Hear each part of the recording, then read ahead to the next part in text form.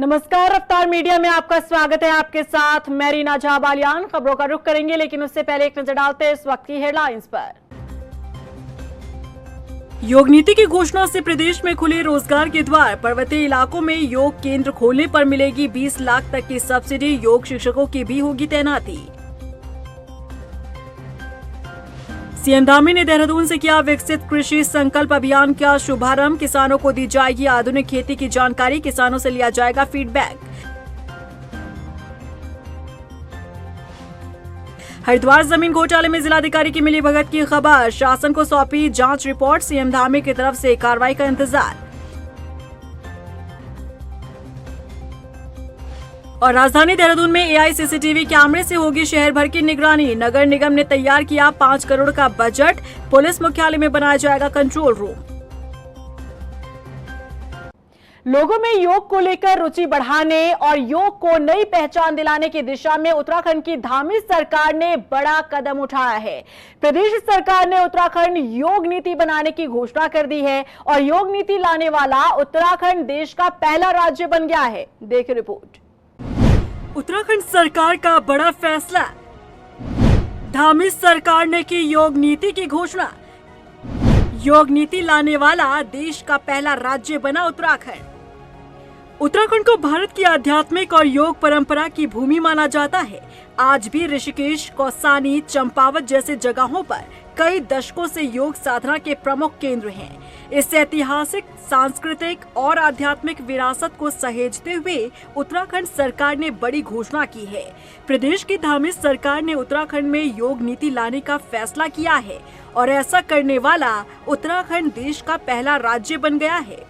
इस नीति का सबसे बड़ा उद्देश्य है कि योग को केवल एक आध्यात्मिक या व्यक्तिगत साधना तक सीमित न रखा जाए, बल्कि उसे एक सामाजिक, शैक्षणिक, आर्थिक और पर्यटन आधारित मॉडल के रूप में विकसित किया जाए। योग नीति के मुताबिक सरकार साल 2030 तक 5 नए योग केंद्र स्थापित करेगी। ये केंद्र जागेश्वर, मुक्तेश्वर, टिहरी झील, चंपावत के कोली ढेक झील क्षेत्र और पिथौरागढ़ की व्यास घाटी में स्थापित होंगे। साल 2026 तक राज्य के सभी आयुष, हेल्थ और वेलनेस केंद्रों में योग सेवाएं उपलब्ध करवाई जाएंगी। नई योग नीति से राज्य में 13,000 से अधिक रोजगार पैदा होने की संभावना है। नीति में कहा गया है कि पर्वतीय क्षेत्रों में नए स्थापित होने वाले केंद्रों को परियोजना लागत का 50%, अधिकतम 20 लाख रुपए और मैदानी क्षेत्रों में 25% यानी अधिकतम 10 लाख का अनुदान दिया जाएगा। एक साल में कुल 5 करोड़ रुपए तक का अनुदान दिया जाएगा।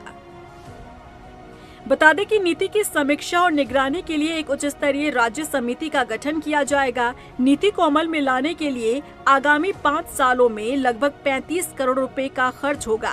इस नीति से राज्य को कई तरह से फायदा होगा। एक और राज्य में लगभग 13,000 से अधिक रोजगार के अवसर मिलेंगे, तो वहीं 2500 योग शिक्षकों के लिए योगा सर्टिफिकेशन बोर्ड से प्रमाणित होंगे और 10,000 से अधिक योग अनुदेशकों को होम स्टे, होटल आदि में रोजगार मिलने की संभावना है। योग पर्यटन को बढ़ावा मिलने से राज्य की अर्थव्यवस्था को एक नया आयाम मिलेगा। रफ्तार मीडिया के लिए देहरादून से ब्यूरो रिपोर्ट। गुरुवार को मुख्यमंत्री पुष्कर सिंह धामी ने राजधानी देहरादून के सहसपुर विकास खंड में विकसित कृषि संकल्प अभियान का शुभारंभ किया। इस मौके पर कृषि मंत्री गणेश जोशी भी मौजूद रहे। उधर कृषि मंत्री गणेश जोशी ने बताया कि विकसित संकल्प अभियान 29 मई से 12 जून तक प्रदेश में चलेगा। इसमें किसानों को नई तकनीकी और सरकारी योजनाओं की जानकारी दी जाएगी, जिसके तहत सरकार किसानों के साथ सीधे संवाद करेगी और इस कार्यक्रम में किसानों के मिले हुए फीडबैक के आधार पर डॉक्यूमेंटेशन तैयार होगा। देश के अंदर इसकी शुरुआत प्रदेश के कृषि मंत्री शिवराज सिंह चौहान जी ने किया है। वहीं उत्तर प्रदेश में, हमारे प्रदेश में इसका शुभारंभ प्रदेश के जी ने आज किया।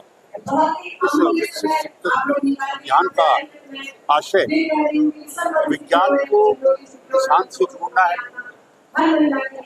आज से लेकर 12 तारीख तक हमारे किसान के पास हमारे जो 6,000 वैज्ञानिक हैं जाएंगे। वहीं लोहाघाट में विकसित भारत संकल्प यात्रा के लिए विधायक खुशहाल सिंह अधिकारी ने 3 कृषि रथों को हरी झंडी दिखाकर रवाना किया।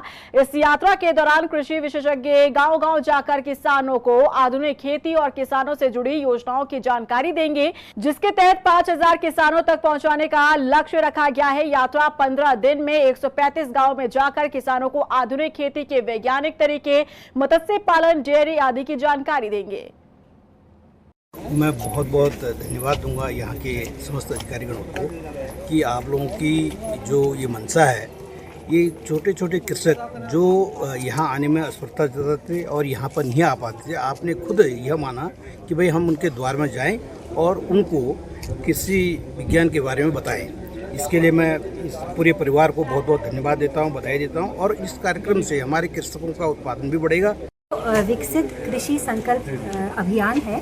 ये हमारे हमारे राष्ट्र के जो कृषि मंत्री हैं श्री शिवराज सिंह चौहान जी का एक संकल्पना है, जिसके माध्यम से उनका उद्देश्य ये है कि जो हम वैज्ञानिक हैं वो किसान के द्वार पहुँचे, अनुसंधान किसान के द्वार। ये बेसिक कंसेप्ट है इस कार्यक्रम का। तो इसके अंतर्गत हमारी योजना ये है कि जो रेखीय विभाग हैं, हमारे सीईओ साहब का इसमें बहुत सहयोग भी रहा है और हम इन्हीं के कोलैबोरेशन में यहाँ काम भी कर रहे हैं। उत्तराखंड में पंचायत चुनाव का इंतजार बढ़ता ही जा रहा है और ग्राम पंचायतों में बैठाए गए प्रशासकों का कार्यकाल खत्म हो चुका है और प्रशासकों को फिर से नियुक्ति के लिए अध्यादेश का पेंच राजभवन में फंसा हुआ है। ऐसे में कहना गलत नहीं होगा कि पंचायतें राम भरोसे चलने वाली हैं। देखिए रिपोर्ट। पंचायत चुनाव पर सस्पेंस बरकरार, प्रशासकों की नियुक्ति का इंतजार, राजभवन में लटका अध्यादेश, खड़ा हुआ संवैधानिक संकट। उत्तराखंड में पंचायत चुनाव कब होंगे, इसका जवाब फिलहाल तलाशने से भी नहीं मिल पा रहा है। 6 महीने से पंचायतों की जिम्मेदारी संभाल रहे प्रशासकों का कार्यकाल भी खत्म हो चुका है। ऐसे में ग्राम पंचायत का कामकाज भगवान भरोसे ही है। प्रशासकों का कार्यकाल बढ़ाने के लिए अध्यादेश राजभवन में लटका हुआ है। ऐसे में पंचायतों में संवैधानिक संकट खड़ा हो गया है। बता दें कि पंचायतों के प्रशासकों का कार्यकाल बीते मंगलवार को खत्म हो गया था, लेकिन उससे पहले सरकार की ओर से प्रशासकों का कार्यकाल नहीं बढ़ाया गया। सरकारी लापरवाही इस कदर हावी रही कि पंचायतों को लावारिस हाल में ही छोड़ दिया गया। अब स्थिति ये है कि पंचायत बिना प्रशासकों के ही है। बता दें कि उत्तराखंड के इतिहास में पहली बार ऐसा हुआ जब पंचायतों में इस तरह का संवैधानिक संकट खड़ा हुआ है। यहाँ तक कि उत्तर प्रदेश का हिस्सा रहते हुए भी ऐसा कभी नहीं हुआ। बिना प्रशासक के ये पंचायतें ठप पड़ी हैं। ऐसे में ना तो पंचायतों में कोई निर्णय लिया जा सकता है और ना ही कोई विकास कार्य शुरू हो सकता है। सवाल ये उठ रहा है कि जब तक पंचायत चुनाव नहीं होते तब तक इन पंचायतों का कामकाज कैसे चलेगा। हालांकि सरकार पंचायत चुनाव के लिए अपनी तैयारी पूरी बता रही है। हम पूरी तरह से तैयार हैं पंचायत चुनाव को लेकर। जैसा निर्वाचन आयोग जिस प्रकार की भी जो भी तिथि नियत करेगा उस नीति पर हम लोग चुनाव में जाने के लिए सरकार पूरी तरह से तैयार है। जिम्मेदार मानने की बात नहीं है, जो व्यवस्थाएं हैं, क्योंकि सरकार पूर्ण रूप से पंचायत चुनाव को लेकर के तैयारी भी कर चुकी हैं। पंचायत के चुनाव के लिए तैयार है, हमारा संगठन भी तैयार है, इसलिए उसकी तैयारी भी कर ली गई हैं। लेकिन उस व्यवस्था के तहत जब तक चुनाव नहीं होते हैं, प्रशासकों के कार्यकाल को बढ़ाने का भी प्रस्ताव प्रस्तुत किया गया है। अब इन दिनों चारधाम यात्रा के चलते पंचायतों में चुनाव करवाना संभव नहीं लग रहा है, क्योंकि भारी संख्या में सरकारी अमला यात्रा में व्यस्त है। वहीं जून के अंत में शुरू होने वाला मानसून का दौर भी चुनाव कराने में खलल पैदा कर सकता है। बता दें कि हरिद्वार को छोड़कर राज्य के बाकी 12 जिलों में त्रिस्तरीय पंचायत, ग्राम, क्षेत्र और जिला पंचायतों का कार्यकाल खत्म होने के बाद चुनाव की स्थिति न बन पाने पर पिछले साल नवंबर के आखिर में इन्हें प्रशासकों के हवाले कर दिया गया था। पंचायती राज अधिनियम में प्रावधान है कि पंचायतों में 6 महीने तक ही प्रशासक बैठाए जा सकते हैं और ये सीमा भी पूरी हो चुकी है। ग्राम पंचायतों में प्रशासकों का ये 6 महीने का कार्यकाल बुधवार को खत्म हो चुका है। पंचायतों में चुनाव न करवा पाने की स्थिति को देखते हुए सरकार ने पंचायतों में प्रशासकों का कार्यकाल 1 साल तक करने के लिए अध्यादेश के जरिए पंचायती राज अधिनियम में संशोधन का निर्णय लिया। अध्यादेश को सोमवार को हरी झंडी दी गई थी। मंगलवार को शासन ने इसे स्वीकृति के लिए राजभवन भेजा और अब तक भी अध्यादेश पर राजभवन की मुहर लगने का इंतजार बरकरार है। रफ्तार मीडिया के लिए देहरादून से ब्यूरो रिपोर्ट। अल्मोड़ा पहुंची कैबिनेट मंत्री रेखा आर्य ने अहिल्याबाई होलकर की 300वीं जयंती पर आयोजित कार्यक्रम में हिस्सा लिया। इस मौके पर मंत्री रेखा आर्य ने कहा कि अहिल्याबाई होलकर 18वीं सदी में महिला सशक्तिकरण, गुड गवर्नेंस और न्यायपूर्ण शासन प्रणाली की प्रतीक रही हैं। उन्होंने कहा कि अतीत में इतिहासकारों के भेदभाव के चलते आधुनिक पीढ़ी उनसे परिचित नहीं हो सकी, लेकिन अब समय आ गया है हम अपनी बेटियों और बच्चियों के लिए उन्हें आदर्श के रूप में स्थापित करें। आज अहिल्याबाई होलकर जी की 300वीं जयंती को मनाने का लगातार हर जनपद में, प्रदेश स्तर पर, राष्ट्रीय स्तर पर लगातार कार्यक्रम चल रहे हैं। निश्चित रूप से अहिल्याबाई होलकर जी एक ऐसी शासक रही हैं, आज के समय में हम देख सकते हैं कि जहां महिलाओं के लिए आगे बढ़ने में, आगे कार्य करने में कई सारी चुनौतियां हैं, उस समय अहिल्याबाई होलकर जी पूरा शासन संभालती थी और किस प्रकार से एक चूल्हे से निकलकर युद्ध के मैदान पर फतह पाने के साथ साथ में एक स्त्री सेना खड़ा करना और पूरे साम्राज्य को संभालना, और इसके साथ ही बहुत बड़ी धर्म ध्वजवाहक थी। उधर रुड़की में अहिल्याबाई की 300वीं जयंती पर कार्यक्रम का आयोजन हुआ। इस मौके पर स्थानीय विधायक प्रदीप बत्रा ने अंबर तालाब के पास अहिल्याबाई होल्कर द्वार का उद्घाटन किया और इस दौरान उन्होंने कहा कि मां अहिल्याबाई ने अपने देश को बचाने के लिए जो संघर्ष किया था, उनके इस बलिदान को कभी भुलाया नहीं जा सकता। माता अहिल्याबाई होलकर की 300वीं जयंती के उपलक्ष्य में हम लोगों ने ये कार्यक्रम किया है। आज जब पश्चिम अंबर तालाब में सभी स्थानीय लोग यहाँ पर उपस्थित हैं और हमारे बीच हमारी जिलाध्यक्ष मधु सिंह जी उपस्थित हैं, पार्षदगण उपस्थित हैं, हमारी पार्टी के सभी पदाधिकारीगण उपस्थित हैं। यहाँ पर अहिल्याबाई होलकर का जी का मंदिर है, उनका प्रवेश द्वार का उद्घाटन आज किया जा रहा है। बहुत सुंदर द्वार बनाया जाएगा ताकि लोगों में एक संदेश आए कि जो हमारी माता जी ने करा और जो संस्कृति बचाने के लिए और देश को बचाने के लिए, हमारे मंदिरों के निर्माण के लिए जो कार्य उन्होंने किया, उसको सभी लोग याद करें, उसको सभी लोग उससे कुछ प्रेरणा लें।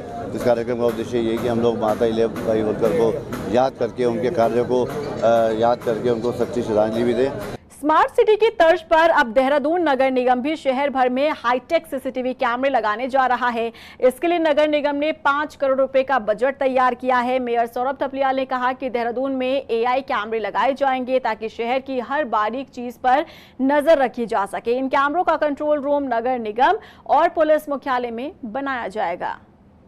सीसीटीवी कैमरा, एक सामान्य सीसीटीवी कैमरा लगाने के साथ साथ हमारा ये विचार है कि हम एआई बेस्ड इसमें टेक्नोलॉजी इस्तेमाल करें, जो कि हमारे इस प्रकार के जो मतलब हमारे जो ऐसे कुछ ऐसे तत्व होंगे, असामाजिक तत्व हैं जो कहीं पे कूड़ा डाल रहे हैं या शराब का सेवन कर रहे हैं या कहीं माहौल ख़राब करने की कोशिश कर रहे हैं, ऐसे लोगों की पहचान भी जिससे हो सके, और जो कि हमारे साथ साथ जो हमारी जो पुलिस है उसके भी काफ़ी काम आ सके और जनता को एक सुरक्षा का वातावरण तैयार कर सके। इसके लिए थोड़ा सा समय लग रहा है।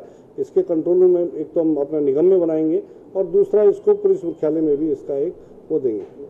देहरादून की कारगी में मैकेनाइज्ड ट्रांसफर स्टेशन तैयार हो चुका है। इससे लोगों को कूड़े की बदबू से राहत मिलेगी। दरअसल कारगी कूड़ा ट्रांसफर स्टेशन पर हर रोज करीब 200 से 250 टन कूड़ा पहुंचता है, जिसके कारण कारगी पर कूड़े का ढेर लग जाता है और इसकी दुर्गंध से आसपास के लोग काफी परेशान रहते हैं। लेकिन अब आसपास के लोगों के लिए राहत है, क्योंकि कारगी कूड़ा ट्रांसफर के लिए मैकेनाइज्ड कूड़ा ट्रांसफर स्टेशन का ट्रायल पूरा हो चुका है। अभी यहां से 8 कॉम्पैक्टर के जरिए कूड़ा शीशमबाड़ा जा रहा है। हमने 3 महीने के अंदर अंदर कारगी में मैकेनाइज्ड ट्रांसफर स्टेशन रेडी कर लिया है और अब इसके पूरी तरह से इसको फुली फंक्शनल करने की तैयारी है। अभी वर्तमान में हमारी सारी छोटी door to door waste collection की गाड़ियां कारगी ही डंप हो रही हैं और उनमें कॉम्पैक्शन के बाद ये शीशमबाड़ा वेस्ट जा रहा है। इसी प्लान के तहत अभी और कंटेनर्स संबंधित कंपनी के द्वारा उपलब्ध कराए जाने हैं और उन कंटेनर्स के माध्यम से जितने भी हमारे बल्क में भी वेस्ट आता है ट्रैक्टर ट्रॉलीज के माध्यम से, उसको भी कॉम्पैक्शन के बाद शीशमबाड़ा ले जाया जाएगा। तो बहुत ही जल्द इसको पूरी तरह से फुली फंक्शनल मोड में ऑपरेट कराने की तैयारी है और इससे जो पूरा कूड़ा प्रबंधन है उसमें कारगी साइट पर भी और पूरी वेस्ट मैनेजमेंट चेन में काफ़ी सुधार आएगा। हल्द्वानी में अंतर्राष्ट्रीय स्टेडियम को भू कटाव से बचाने के लिए किए जा रहे सुरक्षात्मक कार्य में बड़ा गड़बड़झाला सामने आया। प्रारंभिक जांच सामने आने के बाद जिलाधिकारी ने कार्यदायी एजेंसी की अनुमति तत्काल प्रभाव से निरस्त कर दी है। बताया जा रहा है कि करोड़ों के कार्य में हेराफेरी हो रही है। और वहीं उप जिलाधिकारी राहुल शाह की माने तो अंतर्राष्ट्रीय स्टेडियम के लिए बनाई जा रही सुरक्षा दीवार में गुणवत्ता सहित निर्माणदायी एजेंसी ने आपदा प्रबंधन के मानकों का उल्लंघन किया है। उन्होंने बताया कि एजेंसी ने नदी से हो रही रेता पत्थर उठाकर निर्माण में लगा दिया है। कॉन्ट्रैक्टर है उसके द्वारा वहीं पे लोकली आपका सामग्री को एक्सकेवेशन करके उपयोग में लाया जा रहा है। उनके द्वारा वन निगम से किसी प्रकार से सामग्री क्रय नहीं की जा रही है। इसके अलावा उनके द्वारा वहाँ पे जो ग्रिड तैयार की जा रही है वो ट्रक आदि पे जालियाँ वगैरह छन्नियाँ वगैरह लगा के लोकली स्क्रीन किया जा रहा है। जिस प्रक्रिया को स्क्रीनिंग कहा जाता है लोकली स्क्रीन किया जा रहा है। उसी सामग्री को निर्माण में उपयोग में लाया जा रहा है, जो कि जिलाधिकारी महोदय द्वारा निर्गत अनुमति की शर्तों का उल्लंघन था, प्रतिबंधों का उल्लंघन था, जिसके क्रम में संयुक्त निरीक्षण आख्या जिलाधिकारी महोदय को प्रेषित की गई है। जिलाधिकारी महोदय द्वारा उक्त अनुमति को तत्काल प्रभाव से निरस्त कर दिया गया। उधम सिंह नगर में भी कोरोना के नए वेरिएंट के खतरे को देखते हुए अस्पताल में व्यवस्थाओं को दुरुस्त किया गया है। दरअसल औद्योगिक नगरी उधम सिंह नगर पड़ोसी देश नेपाल से सटा हुआ है। ऐसे में यहां ज्यादा सतर्कता बरती जा रही है। वहीं सीएमओ के अग्रवाल ने बताया कि भीड़भाड़ वाले इलाकों में अगर लोग जा रहे हैं तो मास्क पहने, इसके लिए अपील की जा रही है।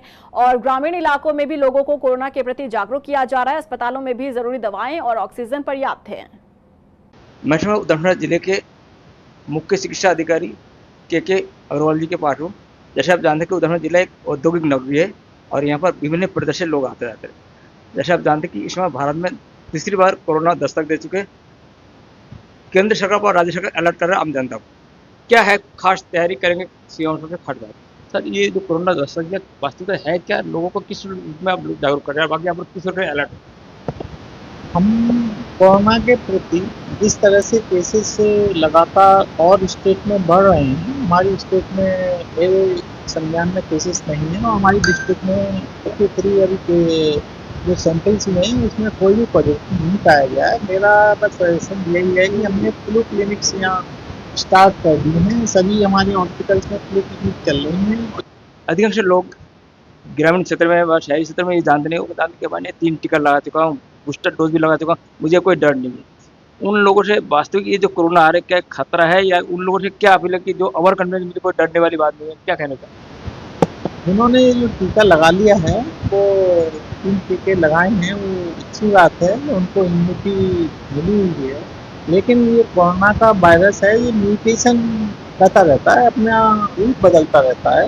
रूप बदलने से जो वैक्सीनेशन है तो वैक्सीनेशन उस रूप को ऊपर प्रभाव डालती है, नहीं डालती है, ये कहना संभव नहीं होगा। सभी लोग पूरे प्रिकॉशंस लें, मास्क लगाएं और सोशल डिस्टेंसिंग का पालन करें और भीड़ भाड़ वाले एरिया में ना जाएं। बिल्कुल आप देख रहे हैं कि मेरे साथ के अग्रवाल जी जो उधमसिंह जिले के मुख्य चिकित्सा अधिकारी है।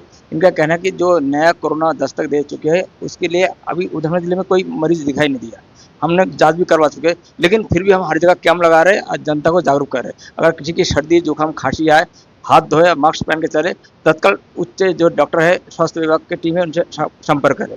और पूरी तरह से हम अलर्ट मोड पे है, कोई खतरा इस समय नहीं है। अब देखना कि ये मैसेज आम जनता के लिए कितना जागरूक होता है। रफ्तार मीडिया, गौतम शंकर, उधमसिंह जिला। हल्द्वानी में पुलिस ने बड़ी कार्रवाई करते हुए नकली सोना गिरवी रखकर बैंक से गोल्ड लोन लेने वाले अंतर जनपदीय गिरोह का पर्दाफाश किया है। बता दें कि पुलिस ने गिरोह के 2 सदस्यों को गिरफ्तार कर उनके कब्जे से करीब 111 ग्राम वजनी नकली सोने की चूड़ियां बरामद की हैं, जिन पर कूट रचित हॉलमार्क अंकित था। प्राथमिक जांच में सामने आया कि ये गिरोह दिल्ली और अल्मोड़ा में सक्रिय है, जो बेहद चालाकी से नकली आभूषणों को असली बताकर बैंकों से लाखों रुपए के लोन हासिल कर चुका है। जो मिलके इस तरीके का काम कर रहा है, ये लोग दिल्ली की बाजारों से इस तरीके का कोटेड और नकली सोने के आभूषण उठाते हैं। और ऐसे बैंक जिनमें ज़्यादा मतलब सोने की क्वालिटी को चेक नहीं किया जाता, उन बैंकों में ये लोग जो है गोल्ड लोन के लिए अप्लाई करते हैं और जब गोल्ड लोन का पैसा मिलता है तो उस पैसे को आपस में बांट देते हैं। इसमें जो इनके द्वारा बैंकों में जो नॉर्मली सामान्यतः जो डॉक्यूमेंट दिए जा रहे हैं वो भी डॉक्यूमेंट फेक डॉक्यूमेंट है। तो इसीलिए बाद में जब रिकवरी और ये सारी चीज़ें होती है तो ये अभियुक्त बैंक के जो रडार है उसमें भी नहीं आ पाते। तो ऑलरेडी हमारे पास 3 FIR चल रही है इसमें। इस मामले से जुड़े हुए 1-2 लोग और हमारे राडार पे हैं और दिल्ली में कुछ और लोगों के नाम आए जिस कारोबार से जुड़े हैं। उधर गदरपुर में 20 बच्चों का चयन सैनिक स्कूल में हुआ है। बता दें कि इन बच्चों ने सैनिक स्कूल में प्रवेश के लिए परीक्षा दी और सफलता हासिल कर ली। बच्चों की इस कामयाबी से जहां उनके अभिभावक खुशी मना रहे हैं, तो वहीं दूसरी ओर बच्चों के पूर्व विद्यालय लिटिल चाम स्कूल ने उन्हें सम्मानित किया, साथ ही भविष्य के लिए शुभकामनाएं दी। मैंने इस बार सैनिक स्कूल घोड़ाखाल का एग्ज़ाम निकाला है विद 285 मार्क्स आउट ऑफ 300 और उत्तराखंड में मेरी 6th रैंक है। मैं एक दिन में अराउंड 8 to 10 आवर्स पढ़ता था, जिसमें मेरे लिए हर एक सब्जेक्ट के लिए पर आवर देता था शेड्यूल के हिसाब से। इसकी तैयारी में कहीं ना कहीं बच्चों का और बच्चों के माँ बाप का, साथ में जो है स्कूल का, सबका सहयोग है। सबसे पहली बात मैं आज के गार्जियन से एक जो है निवेदन करना चाहती हूँ कि वो अपने बच्चों को मोबाइल से दूर रखें। ये बच्चे, अगर आप इनकी जो है इतने आगे पहुंचने का जो रीज़न है, ये 10-10 घंटा पढ़ाई करते हैं। इनकी जो रीजनिंग जो टाइमिंग है 4 घंटे की इनकी मैथ्स की क्लासेस, उसके बाद हर सब्जेक्ट को 2-2 घंटा देना। पौड़ी में पुलिस ने डैम तिराह के पास नशा तस्कर को गिरफ्तार किया है। मामले का खुलासा करते हुए थानाध्यक्ष ने बताया कि आरोपी के कब्जे से 180 ग्राम चरस बरामद की गई। उन्होंने बताया कि आरोपी उत्तर प्रदेश का रहने वाला है, जो उत्तराखंड में आकर नशा तस्करी करता था। और इसी के साथ फिलहाल इस बुलेटिन में बस इतना ही, लेकिन चलते चलते एक नजर डालते हैं इस वक्त की हेडलाइंस पर। योग नीति की घोषणा से प्रदेश में खुले रोजगार के द्वार। पर्वतीय इलाकों में योग केंद्र खोलने पर मिलेगी 20 लाख तक की सब्सिडी। योग शिक्षकों की भी होगी तैनाती। सीएम धामी ने देहरादून से किया विकसित कृषि संकल्प अभियान का शुभारंभ। किसानों को दी जाएगी आधुनिक खेती की जानकारी, किसानों से लिया जाएगा फीडबैक। हरिद्वार जमीन घोटाले में जिलाधिकारी की मिलीभगत की खबर। शासन को सौंपी जांच रिपोर्ट। सीएम धामी की तरफ से कार्रवाई का इंतजार। और राजधानी देहरादून में एआई सीसीटीवी कैमरे से होगी शहर भर की निगरानी। नगर निगम ने तैयार किया 5 करोड़ का बजट। पुलिस मुख्यालय में बनाया जाएगा कंट्रोल रूम।